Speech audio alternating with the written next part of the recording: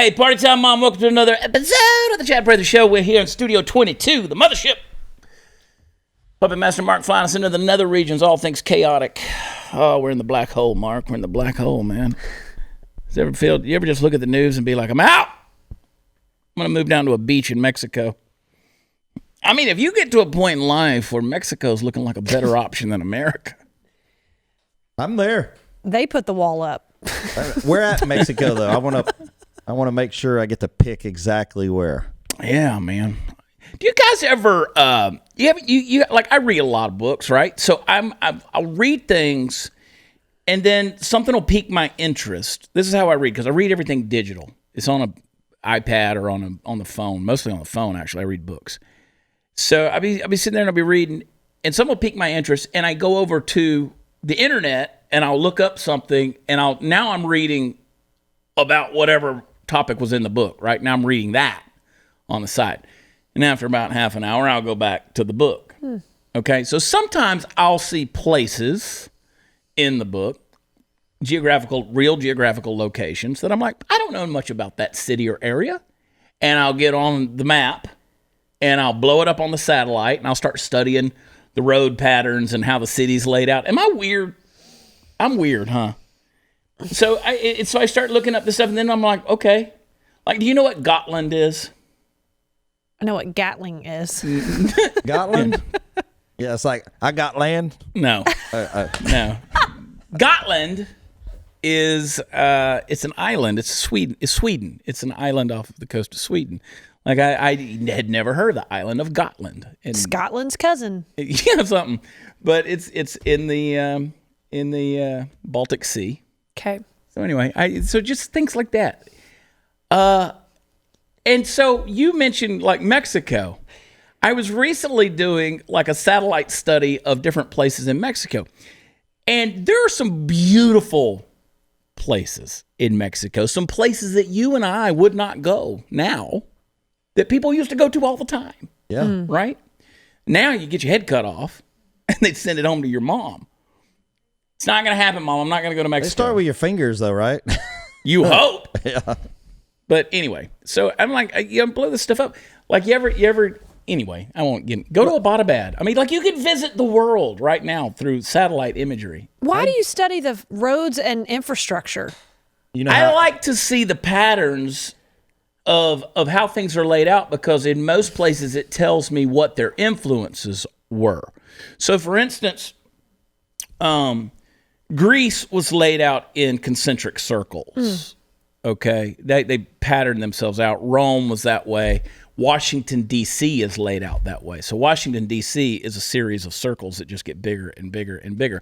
And it was patterned off of those ancient civilizations. So if you look at the map patterns in some places, and now you get into the South, in the South they just laid out, southern United States, most of the times they just laid out roads where the cow walked. Right. That was our old wagon trail, so we built a road there, and it tends to be that way. But when you get into certain major cities, like it's fascinating to go to Manhattan and look at from a satellite view. Anyway, I'm boring everybody, but this is stuff. People always ask me, they're like, "How do you know all this crap?" And it's like, I just have a weird mind. I have a weird mind. I chase rabbits, and then I find out that I'm like, dang, I never knew that. Never knew that. I always brag that you're one of the smartest people I've ever met in my life. Well, trivially speaking. But also, you might jump over to crazy every once in a while. Yeah. Trivially speaking, like I people like me on their Trivial Pursuit team. Yes. You know what I'm saying? That's historically true. I know. And I was on Jeopardy. I was on Jeopardy. You were? Yeah. I was on Teen Jeopardy. 18 years old. So that was a thing. Candace, we got to find that. And you can't find it. You can't? We can find it. A lot of people have looked. I think somebody at one point in time actually found it.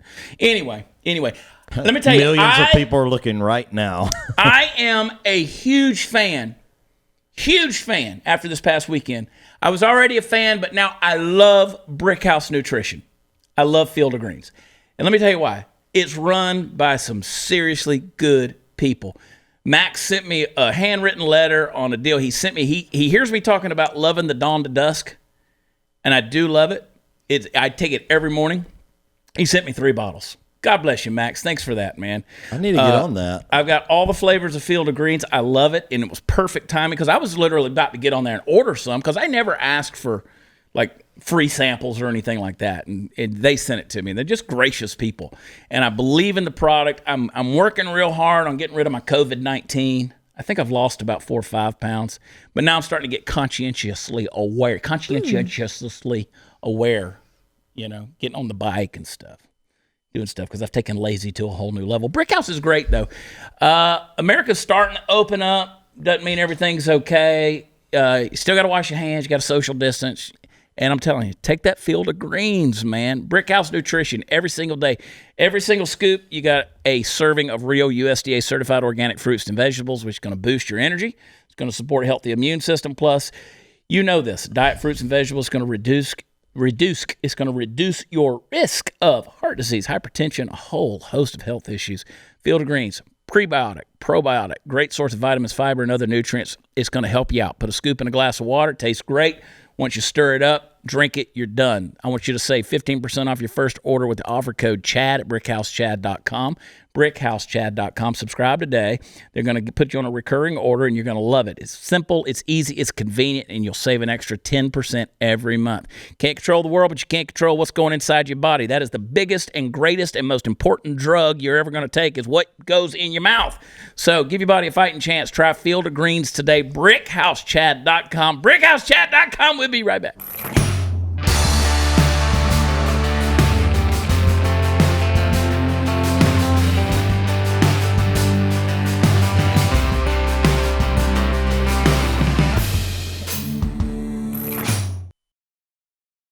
You know, the people that I love are the people who go on your Facebook articles and stuff, because we post a lot of Blaze articles on, like, Watch Chad page. And, of course, the Political Cowboy stuff on the Political Cowboy page. And those folks who go on there and they'll say, who cares? That's their comment. Like, you're the biggest hypocrite that's out there. Right. You just commented. You just showed me.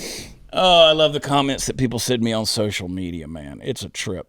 Joseph saw the post that you posted the other day that got deleted. And he said the comments under there were brilliantly funny.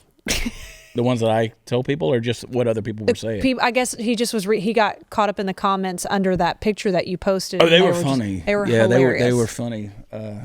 Both for me and against me, they were all funny.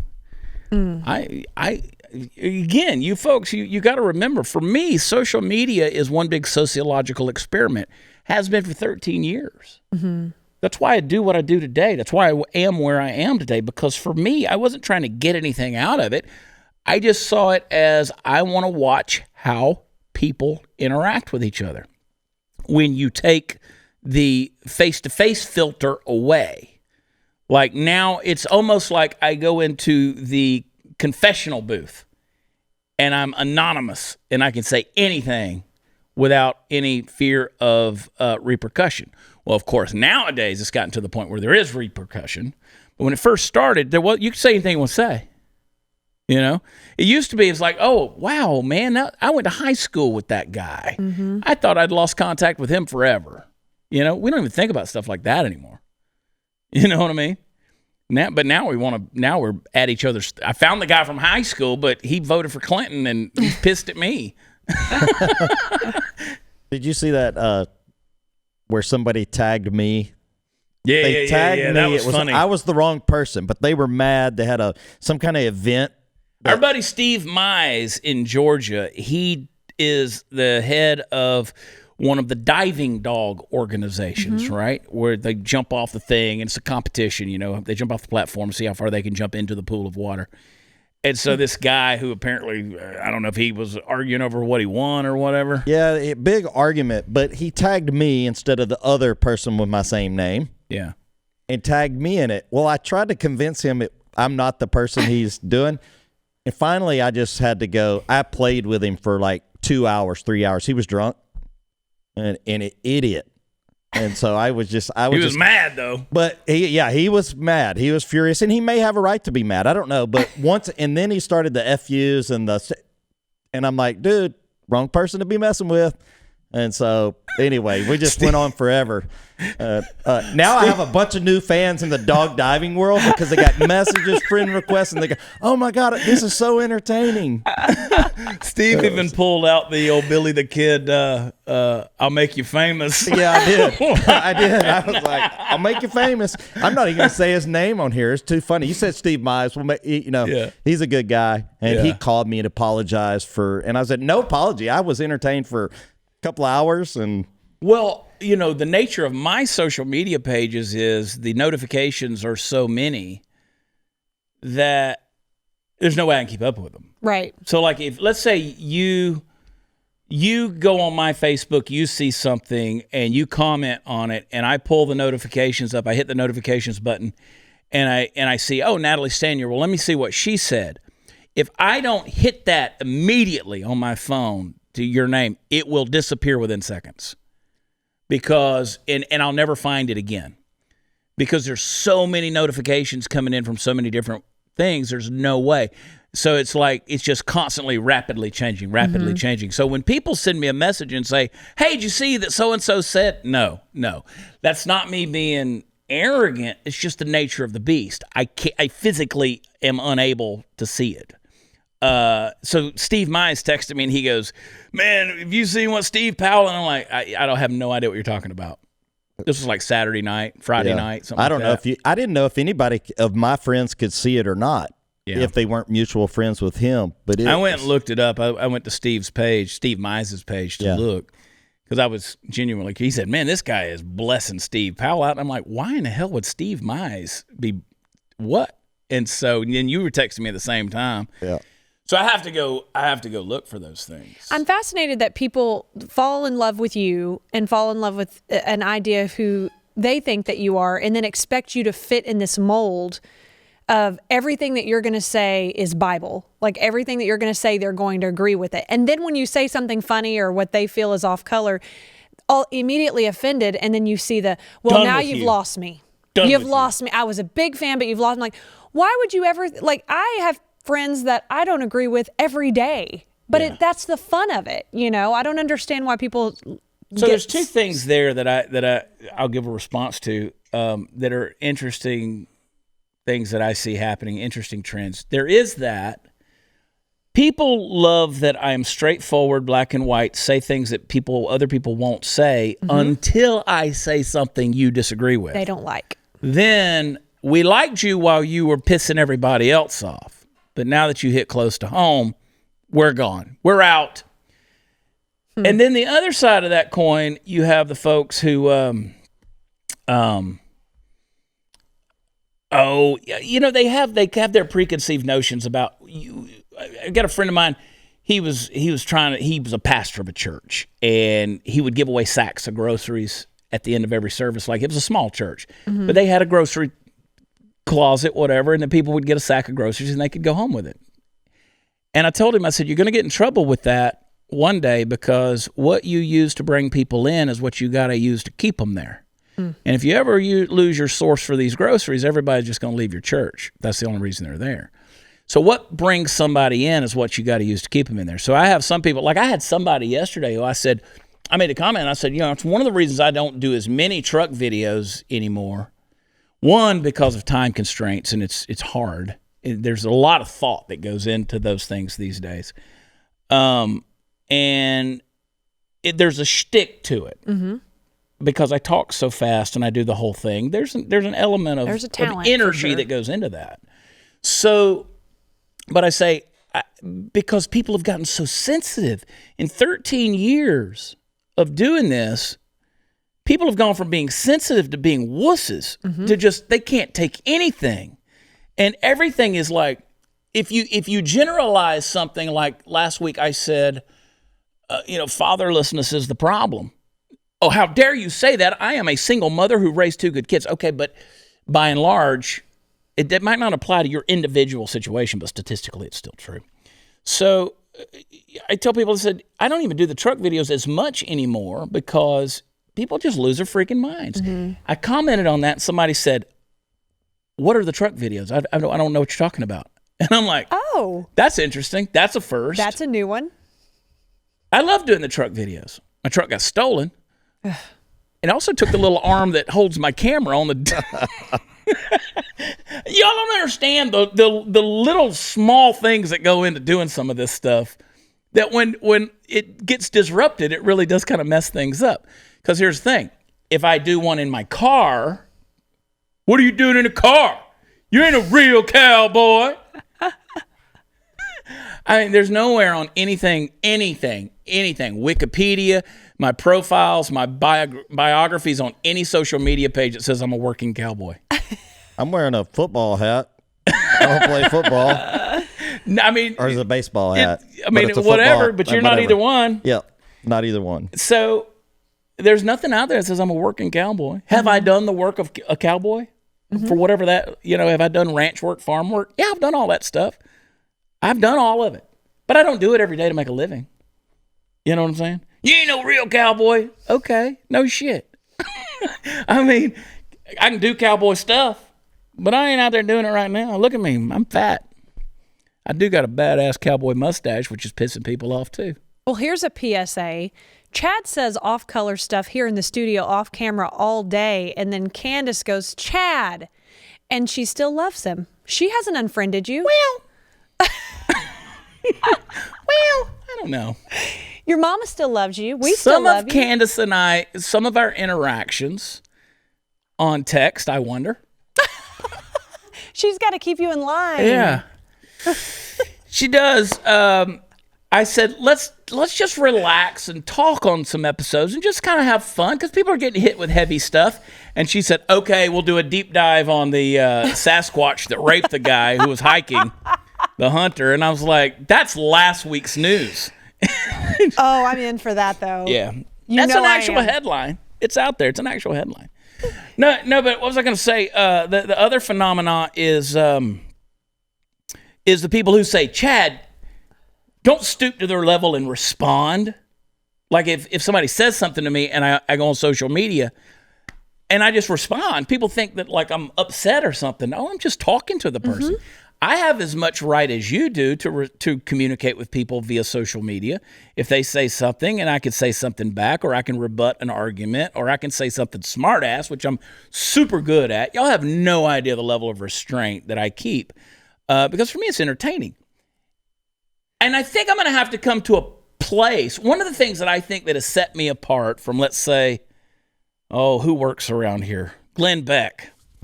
Well, Glenn doesn't go into his social media and just have conversations with people, right? He posts it and it's posted.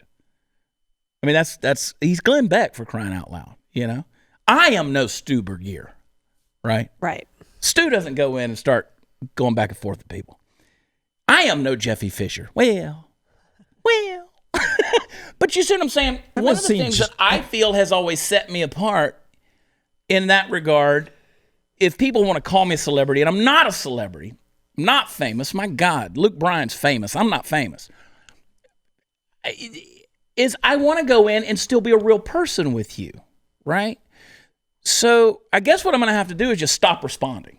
Gaston Mooney, who is I don't know what he is this week, president of Blaze TV, Blaze Media. These guys, him and Tyler are always switching. I mean, like they're president, CEOs are crazy. Can I not say these names? The guy that signs the checks. Can I not say these titles? I don't know what Gaston does. He's an important guy. He's my friend. That's how I know him. So don't respond, then you'll be famous. He said to me the other day, he goes, you got to quit reading comments. And I'm like, well, like I can't read most of them, but I read some of them. I read what the Fact Pack says.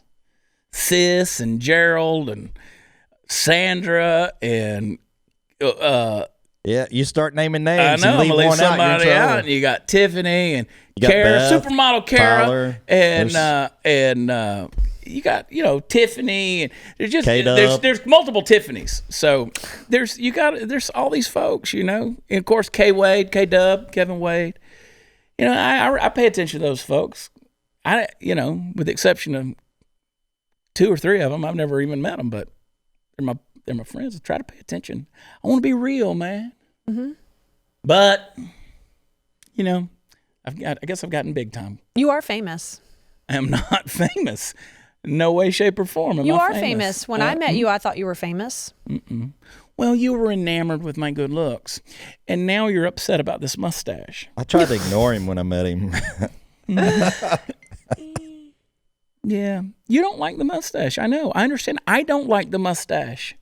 Well, so why do you still have it? I didn't say I didn't because like it. so many people out there are going, you got to shave No, that. you don't have to shave it. I didn't say I didn't And like it. I'm like, no, like I it. will when I'm ready. You do you. I'm totally doing me. It's pretty hideous, especially with no beard. It's okay with the beard. You have a pretty face, so I think women like to see Even Sarah Gonzalez told me. She said, I liked it with the beard, not so much now. that. Okay. Somebody said that Sarah Gonzalez has a flat ass on Twitter. That was her insult for her. And I was like, anyway, it was a fun little exchange. Hey, working from home sucks right now. It's driving up the worst type of cybercrime. Not only are you going crazy at home, but now you're being targeted. Home title theft. We're doing it. They're doing it all from home, man. They're on their computer just like you're on your computer. You're working, you're banking, your video conferences, your meal deliveries, your shopping. Cyber criminals doing the exact same thing, except they're targeting your home. Actually, what they want is the money they can get by taking out loans against your home. How do they do that? Well, the crime is called home title theft, and the FBI is warning owners that it is one of the fastest growing crimes in America. Home title lock is how you protect your home from cyber thieves. Your home's legal title, it's online. They go and find it. They forge your signature stating you sold your home to them. Then they're going to take out loans against your home and leave you in debt. Banks, insurance companies, basic identity theft services do not protect your home. Home title lock is going to put a virtual barrier around your home's title. So protect your home right now. Go to HomeTitleLock.com. Register your address. You'll see if you're already a victim. And use promo code CHAD. They'll give you 30 free days of protection to help you through the crisis. That's code CHAD. HomeTitleLock.com. HomeTitleLock.com. Stay right there.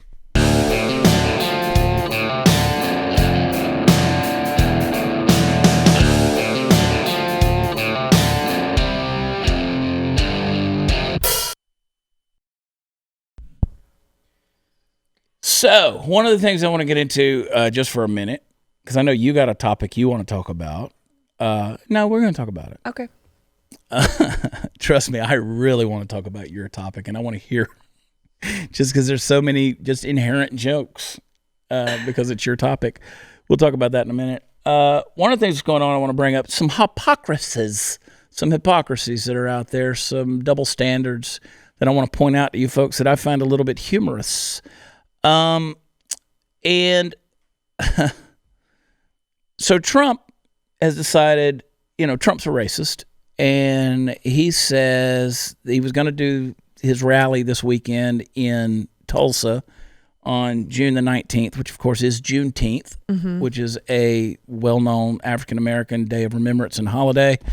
And so they said that's racist, that he would cancel that in Tulsa, or he would do that in Tulsa on Juneteenth, because of course, back in 1921, the Tulsa, the lot of blacks lost their lives when they burned down, the black section of Tulsa. It was a major race war that was there, but it was basically a slaughter. It was not a good thing. So the fact that he was doing it in Tulsa, they say, is a racist. So he moved it to the 20th, and he said that's a better idea to do that, so we don't want anything to interfere with Juneteenth. And they said he's a bigger racist for doing that. Of course he knew what he was doing was racist. That's why he's moving it to the 20th. So he's racist. Racist. I mean, forget the fact that, CNN, all the major people out there, they're saying anybody that's anti-Trump, at least as a news media, saying it's a bad idea, horrible idea, terrible idea. 1 million people have registered to get tickets to this. 1 million people to a political rally. That's huge. That right there should give you a little thermometer temperature test of what's going on in America right now. And I think they've only got room for a couple 100,000. So 1 million people, and place is going to be lit. Be careful, y'all. I was going to go, and then I was like, nah, I'm not going to go. I mean, Tulsa only has a population of like 400,000. Yeah, it's not huge. And I love Tulsa. I really do. There's some great things in Tulsa. And I thought about going, and I was like, yeah, no. It's just gonna be too volatile with stuff, and I don't like to get in the middle of people anyway. especially a million of them. I like them when they buy tickets to my deal, but I don't have to get in the middle of them, right? Anyway. I actually thought you would have liked to be right in the middle of it. I do. You know I do. I'm just talking. But, so it's going to be a thing. So be careful if you're going to the rally. They say that the Secret Service has now dropped off 30,000 gallons of hand sanitizer. That's a lot of hand sanitizer. That place is going to smell like... it's going to smell like a distillery. Like Yes. a bar. But... I mean, forget the fact, if you ever really go down, all the things that Donald Trump has done. I mean, first of all, the blacks loved him before he was president. They loved him. They loved him. He was the most rapped about guy. He was the billionaire. He was the poster child, the epitome of what it looked like to be American success. Just gangsta, because he was Donald Trump. All the late night guys loved him. And then he goes into office. He's dated a black woman. He had the lowest minority unemployment numbers before all this craziness went on. What was the First Steps Act? Isn't that what it's called, with the prison reform thing? He's letting folks out. And he gave, what was it, Jack Johnson? He pardoned him posthumously, of his supposed crimes. All these different things that Donald Trump has done, not to mention what he's done for black businesses out there and the monies that have been allocated and the places he's put in high position, people I should say that he's put in high position in places. And I'm like, oh my God, can we please stop with all the racist rhetoric? Just stop. But you know how it goes. Race it sells. It sells. I mean, nobody wants to be accused of being a racist. So if you call somebody a racist, that's about as bad as it gets until it becomes Nazi. That's the absolute worst. We haven't found a term worse than Nazi yet. Okay. But here's one. You remember just a couple of months ago that everybody on the left, they'd come out on Twitter and they'd come out on social media and they were praying that all Trump supporters would get COVID and die. Mm-hmm. I remember. And now they don't want them all to get together at a Trump rally and get COVID and die. Now they're saying how unhealthy that is. It's a bad idea. Because all these people are going to go get COVID. Sure. It's what you were praying for. It's what you were wanting. It's also funny to me that they go out and have tens of thousands of people packed into the park in New York City. And they're like, that's a great thing. Are you tired or something? No, I'm drinking you in. No. You're just like inhaling me over there. Keep going. She's pulling a Glenn Beck. She just yawns all the time. I didn't. Anyway, Glenn Beck. She does it under her breath. Like, no, Anyway. I'm on the edge of my seat. Keep going. so anyway, then they're going to turn around. They're going to say the Trump rally is bad because you got all these people together. So they praise one rally and protest, and then you go out and have another rally. They're like, well, that's a bad one. But another hypocrisy that's out there, isn't it funny that I'm looking at these protesters and I'm seeing all these shirts they're wearing and all these chants saying F your flag. And of course they're using the word F your flag. They're kneeling, during the anthem. There's all of these things. They're burning flags. And I'd be dadgum if George Floyd's family didn't just receive a folded American flag from Nancy Pelosi. Now, is the flag, does it matter or does it not matter? Explain that one to me. First of all, they shouldn't have received it because that is an honor that is reserved for late service men and women, right? Those are our military members who have died. But It's the same flag they want to kneel on. they going to give a flag to George Floyd's family after they've been protesting that same flag? What's the story? They can't quit pandering. I mean, you wear the Ashanti cloth, you get down on a knee, you do all this stuff, and now you're going to give a folded flag. The hypocrisy is absolutely amazing to me. I mean, it's amazing to me. Talking about kneeling. Mm-hmm. That was the topic you want to talk about. And I love hearing Hot News Natalie talking about kneeling. Steve told me he was quitting the NFL when I got here. I quit them a long time ago. Yeah. But he was officially more quitting or Like not watching It's just it. like, I haven't watched in a couple of years anyway, except for, if Cowboys are on and Tony's watching. Yeah, your wife and ain't quitting. She ain't quitting. Your wife ain't quitting. Cowboys care. don't kneel. I just really don't care that much. At least right now. And it has not, I don't know. Let me tell you something. There has not been any Major League Baseball. There hasn't been any basketball. There hasn't been any football. I haven't missed a single thing. Nope. I haven't missed a single thing.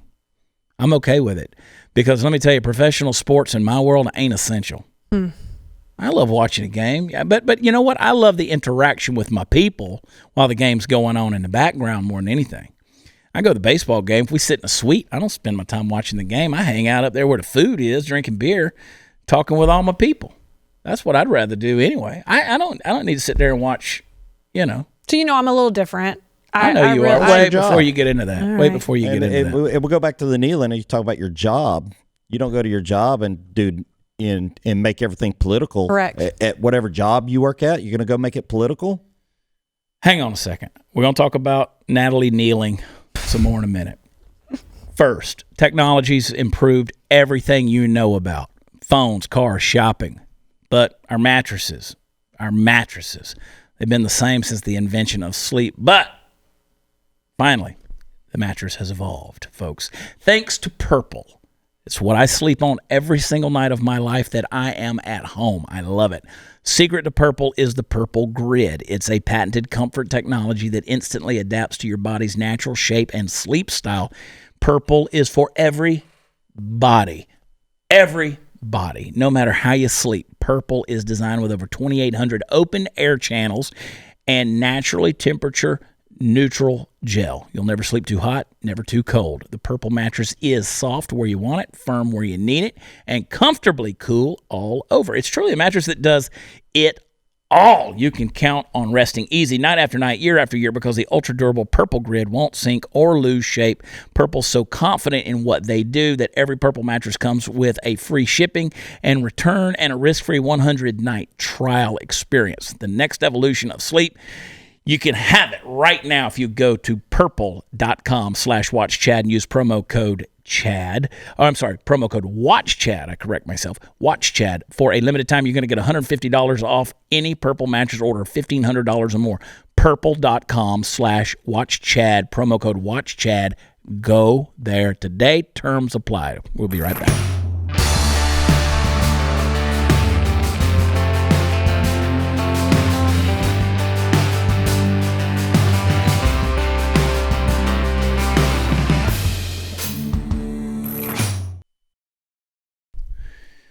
All right, sort of interrupted you there, Steve, and I apologize. It's probably good. You're I was probably getting on a roll. I was probably but you talk about kneeling in the NFL, and I know that a lot of folks look back at that and say, well, that's kind of, that's so last season or whatever, people kneeling during the anthem. But finish your thought. I apologize. Well, my thought is if they're going to kneel during the anthem and they have a planned kneeling during the anthem, I know I think last year they stopped televising the anthem. How about just do away with it completely? Yeah. And they can go kneel whenever they want to. Well, the national anthem is a new thing in the last several years of them doing that like that. It used to be, it was another deal, but it was because of a sponsorship thing that they started doing it, and now it became that. But I agree with you. I mean, we feel very strongly about this, about that song, about that flag, and there's like what I was thinking about this last night. What if all of a sudden they came along and said, we're going to change the design of the American flag to make it more accepting of everybody in the United States? How would you feel about that? I do know that the flag has changed several times. I'm not necessarily opposed to changing the look of the flag or even changing the national anthem at some point. Mm-hmm. But right now, that all is still hate mail goes to Steve at WatchChad. No, send it. But right now, that is the flag of this country. That's the national anthem of our country. So be it. That's the same flag we were under when, that we've been under how long? How old is that flag? I don't know. Well, I mean, the stars and bars, it goes back all the way to George Washington. Yeah. And so it's changed many times. Yeah. In terms of states and the stars added and things like that. I mean, we go back to 1953, I think, when the 50th state was at 58, something like that. I don't know. Anyway, I can't remember. But I don't like the pandering. That's what bugs me. And for the record, I'm going to fight you over that flag and I'm going to fight you over that song. because I know history. And tomorrow night we might do an episode. We talked about this a little bit, Chancellor. I talked to you about it. I want to do an episode about why history matters. You don't just go around and start changing it and to fit you. And I think we'll do that tomorrow night. We'll see. Don't you see like some of the celebrities and musicians, and they start folding under pressure from Twitter? They have to take a knee. And I say Twitter because they're all on there, and it just say, oh, I got so much hate. Let me say, until you've really gotten the Twitter mob after you, those of you who have never had that, don't sit back and say, oh, I would never do. No, just be careful. It gets pretty brutal. Pretty brutal. Absolutely. And I can't imagine what it would be like with the real pressures that are out there that a lot of these folks have to deal with. So I understand the pressure, but I also understand maybe don't wade into that if you're not ready for it. You know what I'm saying? But they are, and you kind of got disappointed by some. What's his name? Well, I'll back up. May I say first, please? I agree with Steve that it's still your job, and your boss is the boss and decides, how political or not political it can get. I know that with Jerry Jones and the Cowboys at this point, they do not kneel. It's not that he's disrespecting whatever their thought process is. They're there to do a job. He wants them to do the job. My husband served in the Army. Mm-hmm. If I worked and I was, that would not be I'm not going to kneel. We will never kneel. Right. To make a statement. No. I think that got lost. Yeah. Whatever the statement is, got lost in pissing off so many people the other way. So it was not effective. Yeah. Although it still is alive. We're still sitting here talking about it. It's still something that Drew Brees just brought up, but I've been to the games. I've been to a lot of NFL games. I've been to Cowboys games, and I've watched the other sideline. I've seen some people kneel. At the end of the day, though, we talk about not getting offended. Do I think that's wrong? Yes, but I'm not going to let it affect the rest of my day. Mm-hmm. Because this is America. You're going to choose to do that. All right. I'm still going to watch the football game. So I'm torn, though. Do you remember when Emmitt Smith and Terrell Owens had that moment at the Cowboys game? I think that's who it was, when Terrell went and stood on the Cowboys star, to showboat, and Emmitt Smith ran over and knocked him off of it. It's because that star stood for something. And that's just the Cowboys star. We're talking about the United States of America flag, which means so much more. You don't kneel. All right. I mean, I agree. It's your right. Well, I was going to say, you have a right to do it. And again, I'll go back to back when the whole Kaepernick thing was going on. And screw Pete Carroll, too, who's going to come out and say he regrets not signing Kaepernick in 2017. Pete Carroll and his gum-smacking ass, he is the biggest pandering fool I've ever seen. I mean, go back to cheating at USC, Pete. Pete knew the cheating scandal was going to come hit him, so he took off and went to Seattle coaching the pros, and God bless him. But to sit there and insult your Super Bowl winning quarterback Russell Wilson by saying, I regret not signing Colin Kaepernick back, you pandering ass, sign him now. No, he's past his prime. Sign him now. Go sign him now. Put him third string. Put him on the team if you really believe it. Put your money where your mouth is, Pete. But I used to say back then, you got a right to do it, doesn't make it right. I got a right to do a lot of things that does not make me right. You know what I'm saying? I'm tired of people telling me, well, if you don't understand what they're kneeling, you don't get it. Okay. Yeah. All right. Yeah. We're going to sit here and talk in circles. So I'm going to move on. I'm going to get over it. Yeah. I'm never going to kneel. I ain't kneeling. Me and my house are not kneeling. Not kneeling. I ain't kneeling. I mean, not say that for the next 226 not for the flag, we got. You know what I mean? I'm not kneeling for $40 is $40. You know what I'm talking about? Not kneeling. That's my next shirt. Not kneeling. Yeah.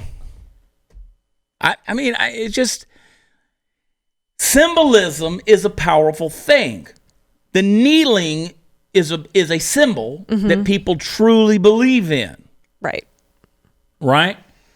If you truly believe in that symbolism, how much more am I going to believe in the symbolism of the United States flag and the national anthem that I know the people who have bled and died defending the liberties of this country that flag represents. That's a symbol that I just am not going, I'm not willing to cheapen that symbol to honor your newfound symbol that really and truly you could have found a million different ways to do this. And it's so ignorant. I mean, you got Michael Jordan, who has over the last 10 years given $100 million to causes. And these causes that are out there like BLM. BLM is a terrorist organization. I'm sorry. It's not, BLM, the organization, is a joke. Go on their website, read their purpose, read their statements, read their cause. It has nothing to do with the protests that are going on out in the street. Go there and read it. And by the way, every dime that's going to BLM is going to fund the DNC and Joe Biden's campaign. It's not going to the people out on the street protesting. It's going to Joe effing Biden, white ass fool in his basement that don't care about any of you. Man, you don't vote for me, you ain't black. Give me a break. That's what you're funding with BLM. Say it 30 seconds. Say it quick. Nope, that's what I was going to say. That money's going straight to political. It's going, and not just political. Yep. The Democratic National Convention Committee. That's what it's going to. And Joe Emmer effing Biden, who don't know what planet he's on today until Jill comes down in the basement and tells him. Still on Earth, honey. Well, let's just go do the thing. BLM doesn't even have a physical address. They don't. We'll be right back and do the thing some more.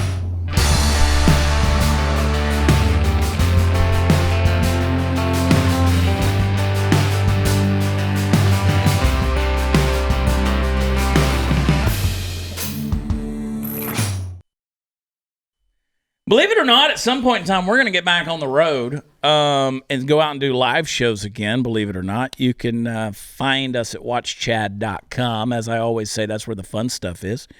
Partyfoulpub.com. Steve's got his deal going on. Got his podcast happening. I think I have bed bugs. Do you really?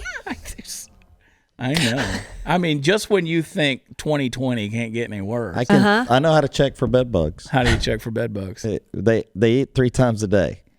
So breakfast, lunch, and dinner. So if you have like 3 little bites, that's how you kind of know if you got bed bugs. That's fake news. No, it's not. They bite 3s. Out. Anyway, precious time here on Pluto TV. We're going to get those 20 seconds back. I'll just tell you, and let me tell you, I read an opinion piece that was talking about the microaggressions of racism. And, then you saw the celebrities that came out and did their whole thing. I will not laugh at unfunny jokes. And, they're reading their little script off, I'm like, how racist were you people? That you have to come out with a video about all the crap you've done to be racist. I will never. Which, again, is just one of those virtue signaling things, is telling you to never do it. But they're doing it in the first person. But it came out, I'm like, how phony is this to do that whole thing?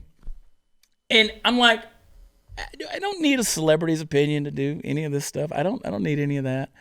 But the microaggressions, I will admit, people say hurtful things. They might not have any intent or meaning behind them.